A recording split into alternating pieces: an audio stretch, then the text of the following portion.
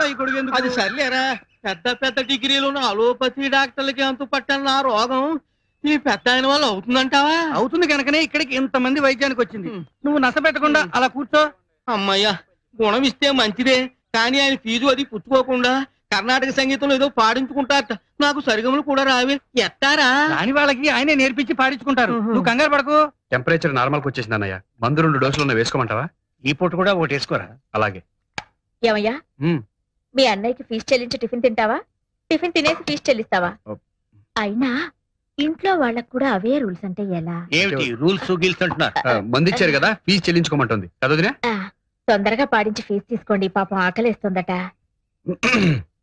ఎంత నీ వర్ణింతునయ్యా రామయ్యా నీ మహిమ, నేనెంత నీ వర్ణింతునయ్యా మరే మారుతాం. రామయ్యా నీ మహిమ, నేనెంత నీ వర్ణింతునయ్యా రామా. కొత్త ఆలోచన నాకైతే అంత ముందు ఆయన దర్శనం అయితే ఖచ్చితంగా అవుతుంది కదా, ఆ తర్వాత నా కోరికంటే చెప్పుకోవచ్చు కదా. నమస్కారం అండి.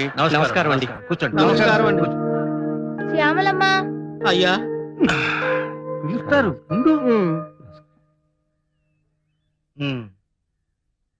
ఎలా ఉంది ఇప్పుడు?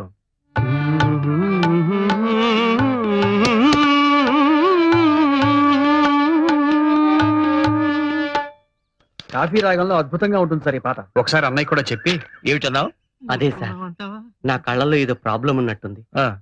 ఇప్పుడు మీ కాళ్ళున్నాయనుకోండి సార్, నాకు చేతుల్లా కనిపిస్తాయి సార్. నీ కాఫీ తాగే అలవాటు ఉందా? ఉంది సార్. వద్దు, ముమ్మాటికి వద్దు. 6-8 అని వచ్చింది, అది వాడి చూడు. కాఫీ రాగం ఓకేనా సార్? వద్దు, ముమ్మాటికి వద్దు. 6-8 వాయించు. ఇప్పుడు ఎలా ఉంది? ఇంతకు ముందే బెటర్ గా ఉండేది సార్. కూర కంటితో చూస్తే ఒక రకంగా, స్ట్రైట్ గా చూస్తే ఇంకో రకంగా కనిపిస్తుంది సార్. మరి నీకే మందు పనిచేస్తుందబ్బా? మీరు తలుచుకుంటే అనుగ్రహించగలరు. ఒక్క పాట నేర్పితే నా గొంతు వినిపించగలను, మీ అభిమానం పొందగలను సార్. చూడు, ఇవెన్ని వేళ్ళు? కరెక్ట్ గా 3 వేళ్ళు సార్. 3. క్షమించండి సార్, నేను వర్ధమాన గాయకుణ్ణి. మీ దగ్గర ప్రాపకం సంపాదించాలని నేను చేస్తున్న ప్రయత్నాల్లో ఇదొకటి. అదే సార్ నా జబ్బు.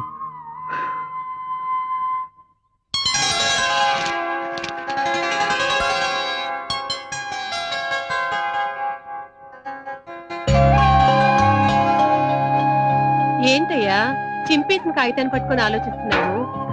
ఏం లేదు, కాలం ఎంత తొందరగా గిర్రును తిరిగిపోతుందా అనిపిస్తుంది. ఇదే నెల ఇదే రోజు ఆ అన్నదమ్ములిద్దరూ ఆనాడు అమెరికాకి వెళ్ళడం గుర్తొచ్చింది. ఆ రోజు హరిద్వార్లో ఎంతో వినయంగా తలంచుకుని సామాన్యుల్లా ఉన్న అన్నదమ్ములు చూశాను. ఈ రోజు సగర్వంగా తలెత్తుకుని తిరగల అసామాన్యుల్ని చూస్తున్నాను. అవునయ్యా, చాలా మంది గొప్పవాళ్ళు అవుతారు, కానీ పాత పరిచయాల్ని మర్చిపోతారు. వీళ్ళు మాత్రం మనల్ని.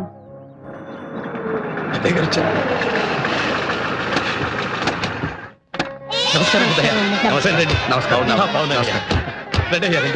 అమ్మా రండి, తర్వాత రండి, పరిచయం చేస్తాను.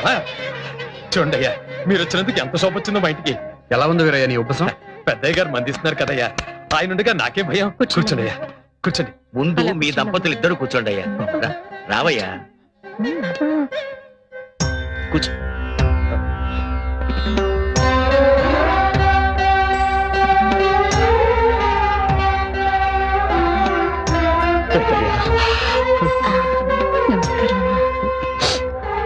ఏంటయ్యా ఇది? అయ్యా ఏంటయ్యా ఇది? ప్రతి సంవత్సరం ఈ రోజు గుర్తుంచుకుని వచ్చి ఇలా చేస్తూ ఉంటే నాకు ఎట్టగా ఉంటుందయ్యా, ఎట్టగా ఉంటుంది. మీరు మాకు చేసిన సహాయానికి జీవితాంతం ఏమిచ్చినా రుణం తీర్చుకోలేదు. అవును వీరయ్య, ఇందులో నేను చేసిందే ఉందయ్యా. కూర్చుంటయ్యా, మీలో ప్రతిభ ఉంది. ఆ ప్రతిభకు భగవంతుడే ఓ దారి చూపించాడు. అది నీ సంస్కారం వీరయ్య. మా అన్నగారికి ఎప్పటి నుంచో ఉన్న కోరిక నువ్వు తీర్చలేదన్న బాధ అలాగే ఉండిపోయింది. ఈసారి మాత్రం కాదంటానికి వీల్లేదు. అదే కదా బాబు, నా చేత ఓ పెద్ద షాప్ పెట్టించాలని, నాకు పెద్ద ఇల్లు కొనివ్వాలని. అది నీకిచ్చే ప్రతిఫలం కాదు వీరయ్య, మా తృప్తి కోసం. వద్దయ్యా, ఈ కుచేలటింటికి ఇలా శ్రీకృష్ణ పరమాత్ముడు వస్తున్నాడంటే నేను ఎంత సంతోషపడిపోతున్నానో, ఎంత గర్వపడిపోతున్నానో. ఈ బంధం ఇలాగే శాశ్వతంగా ఉండనండి పెద్దయ్యా. ప్రతి సంవత్సరం నువ్వు ఇలా ఇస్తుంటే మేం మాత్రం కాదనకూడదు. అయ్యో, ఎంత మాట. రా. ఏమండి, సాయంత్రం ఫంక్షన్ కి మేము రెడీ, ఇక మీదే ఆలస్యం. అవును వీరయ్య, ఇవాళ సాయంకాలం ప్లాటినం డిస్క్ రిలీజ్ ఫంక్షన్ ఉంది, మీ ఇద్దరు తప్పకుండా రావాలి. నువ్వు కూడా రెడీ అయితే అందరం కలిసే వెళ్దాం. తీసుకెళ్ళు. రండి. రా. ఏంటి అందరి ముందు బతిమాలించుకోవాలా?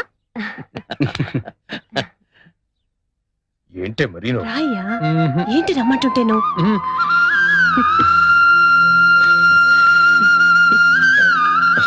మళ్ళీ ఏమైంది? తాళం వేసి వస్తాను. అబ్బా రావయ్యా. శంకరయ్యన్న కాస్త ఇల్లు చూసుకో. బ్రహ్మాండంగా ఉన్నావు, బయలుదేరు.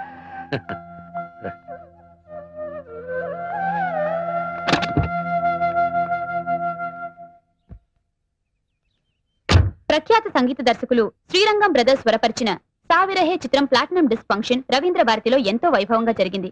ఈ సందర్భంలోనే వీరికి 5వ సారి కూడా నేషనల్ అవార్డు ఉత్తమ సంగీత దర్శకులుగా వచ్చిందన్న విషయం తెలియడంతో ఈ కార్యక్రమానికి మరింత శోభ చేకూరింది. ఈ చిత్ర నిర్మాతగా మా చిత్ర సంగీతానికి ఉంది. ఈ ఘనత అంతా మా సంగీత దర్శకులు ఉంది. అంతేకాదు మా చిత్ర సంగీతానికి వీరిద్దరికి ఉత్తమ సంగీత దర్శకులుగా నేషనల్ అవార్డు ప్రకటించడం ఏడుపొస్తోంది. కాబట్టి ఉన్నాను.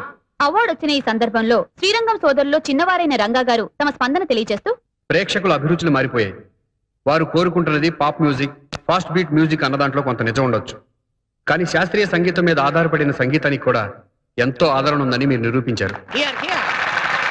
ఈ ప్లాటినం డిస్కులు గాని, ఈ నేషనల్ అవార్డులు గాని మీ అభిరుచికి నిదర్శనాలు. ఆహా, ఎంత బాగా చెప్పారు. అంతకు ముందే వారు. జై హింద్.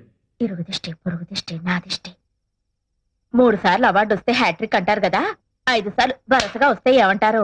ఏమంటారు? వీళ్ళ దుంపల దగ్గర 5 సార్లు వీళ్ళకే రావాలా అని ఏడుస్తారు. ఇంతమంది కళ్ళజోడు తీయండి. ఇంతమంది ప్రొడ్యూసర్లు, అభిమానులు వచ్చి మిమ్మల్ని పొగుడుతుంటే మీకేమనిపించింది? నా తమ్ముడు ఇంత గొప్పవాడా అనిపించింది. నిజమేనండి. ఇంత కీర్తి ప్రతిష్ట ఆ భగవంతుడిచ్చి ఆ ఒక్క లోటు ఎందుకు చేశాడో అర్థం కావడం లేదు. మీతో ఈ ఆనందాన్ని పాలు పంచుకోవడానికి నాలాగా అతనితోనూ పంచుకోవడానికి ఓ భార్య లేకుండా చేశాడే. వదినా, వచ్చే వరుసగా 5 సార్లు నేషనల్ అవార్డు రావడం అంటే అంత ఆషామాషి కాదు. ఇప్పటికైనా ఒప్పుకుంటావా? మా అన్న ఎంత గొప్పవాడో. అలాంటి గొప్ప వ్యక్తిని కట్టుకున్న నువ్వెంత అదృష్టవంతురాలువో. ఏం అదృష్టమో నా మొహం. ఏ వదినా? మరి చెప్పిన మాట వినని నీలాంటి మరిదున్నప్పుడు. అరే, నువ్వు చెప్పింది ఎప్పుడు, నేను వినంది ఎప్పుడు? ప్రతిసారి నువ్వు త్వరగా పెళ్లి చేసుకుని నాకు చెల్లాయిని తీసుకురావయ్యా అంటే నా మాట ఏమైనా ఖాతరు చేశావా? ఓ అదా. వదినా, ఏ ఒడిదుడుకులు లేకుండా జీవితం హాయిగా గడిచిపోతుంది. నాకు, నా పిల్లలకి నువ్వు అన్నయ్య దేవుళ్ళు లాగా కాపుకొస్తున్నారు. ఇంతకంటే నాకు ఇంకేం కావాలి వదినా? మేం దేవుళ్ళు అని విని విని ఇద్దరం రాతి విగ్రహాలై ఉలుకు పలుకు లేకుండా అయిపోయాం. ఇదిగో, నీకు 6వసారి కూడా నేషనల్ అవార్డు రావాలి అంటే ఈ ఇంట్లో నా తోడి కూడా అడుగు పెట్టాలి.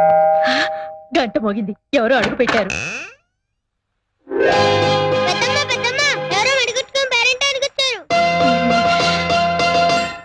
నేను చెప్పలా, భగవంతుడు నా కోరిక విన్నాడు. మహాలక్ష్మిలా ఉంది.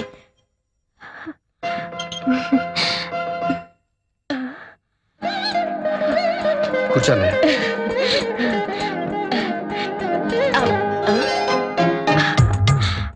నువ్వు లేవకమ్మా, అలాగే ఉండు. ఏమండి రండి. శీఘ్రమేవ కళ్యాణ ప్రాప్తి రస్తు అని దీవించండి. ఇప్పుడు దండం పెట్టుకోమ్మా ఇద్దరికి.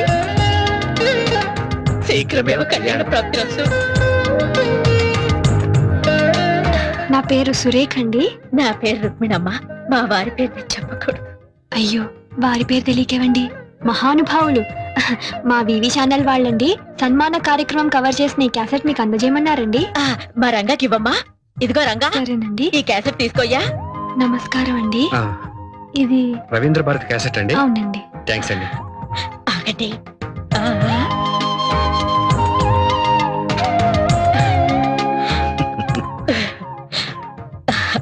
ఈ అమ్మాయి పేరు సురేఖ.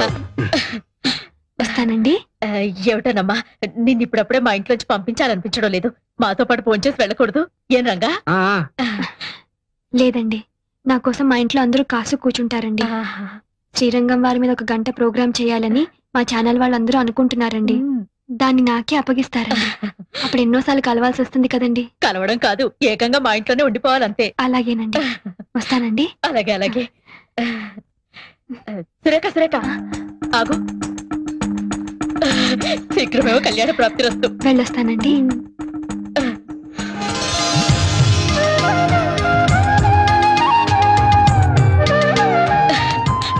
అమ్మాయి వెళ్ళిపోయింది.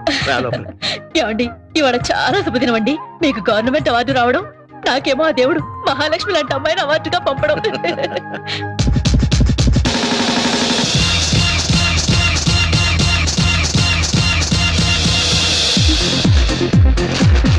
मेरा नाम चिन चिन चिन चिन चिन चिन बाबा चिन चिन चिन रात चांदनी में और तू